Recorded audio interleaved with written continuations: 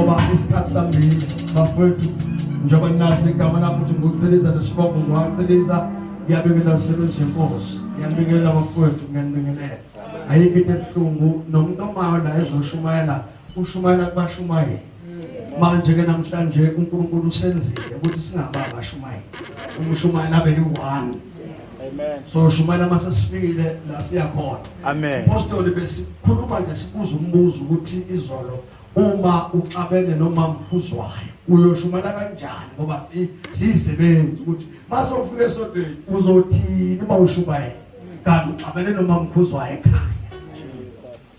Wasuka isidumbu ukuthi ngingadubana kuphele 3 days iBhayibheli lingashona ilanga zathukuthela kodwa sithukuthela kuze kuphele 3 days singakhulumisana no 2 weeks uyaphela kodwa mase sibekhulumisa izirakabo shathana bo kusho ukuthi uyashoko wona noma singasekho kuyo.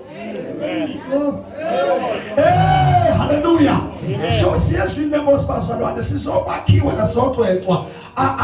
Ayikho lento namhlanje umpostoli ukuthi kukhona indoda eshumayelayo inezambulo kuzocwecwa sikhishwa yonke lento sesicabanga ukuthi siyiyo. Sinamagama amakhulu apostle, bishop, lalo liyangisho lokubona manje nalo ngize ngihambe lona. Angisesona isisebenzi. Angiseyona incebe kaNkulunkulu sengubishop. Negama oqala uvela ngubishop. Umuntu oqala iministry igama lakho ubani?